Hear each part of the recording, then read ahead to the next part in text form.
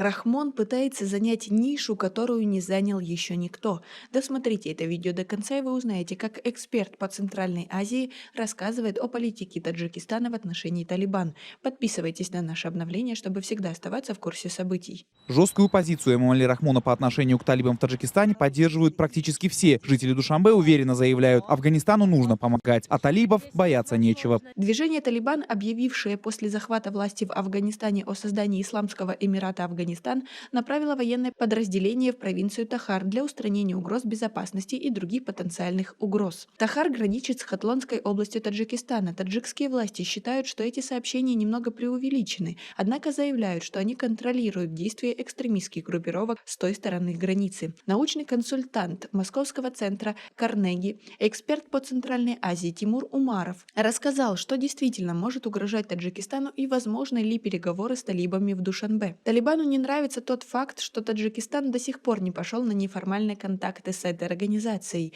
в отличие от всех других стран Центральной Азии, в целом стран региона. Таджикистан уперто стоит на своей позиции. Такой балансировки между официальным непризнанием Талибана как легитимной власти и борьбы за национальных меньшинств. Но важно сказать, что все это делается только в рамках официальной риторики, а когда дело доходит до реальных действий, мы видим, что таджикские власти предпочитают в этих случаях не предпринимать никаких реальных действий. Мы видим, что граница закрыта. Таджикистан не собирается принимать на своей территории афганских мигрантов, в том числе представителей национальных меньшинств. Мы видим, что реальной какой-то помощи сопротивлению Таджикистан не оказывает, а только лишь пытается заработать себе какие-то политические бонусы за счет правильной риторики. Как вы относитесь к таким высказываниям? Свои ответы напишите нам, пожалуйста, в комментарии. Тут все будет зависеть от того, какая позиция будет по этому вопросу у других более влиятельных игроков в регионе. Как вы понимаете, один сам по себе Таджикистан мало что решает и мало на что влияет в регионе. Поэтому Эмомали Рахмон, во-первых, естественно, из-за внутренних причин выбрал такую интересную позицию по отношению к Талибану. Мы видели и в репортаже, как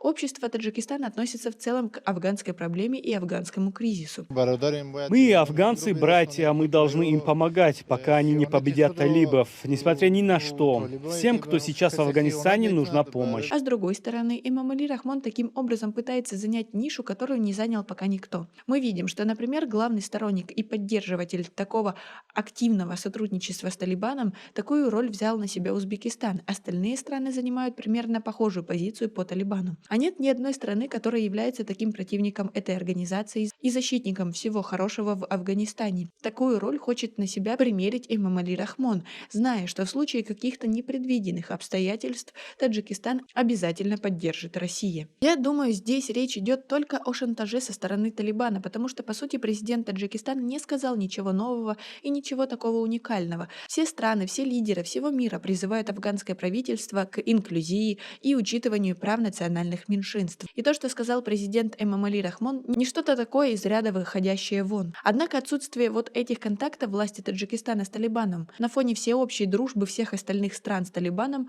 немного напрягает эту организацию, особенно тех представителей этой террористической организации, которые считаются сторонниками жестоких мер. Мне кажется, именно они сейчас пытаются продавить свое видение того, какой должна быть внешняя политика Таджикистана на президента Рахмона. И в ближайшее время мы увидим, как на это отреагирует Таджикистан. Будет ли Рахмон менять свою позицию? Будет как-то мягче к Талибану или продолжит играть такую жесткую игру?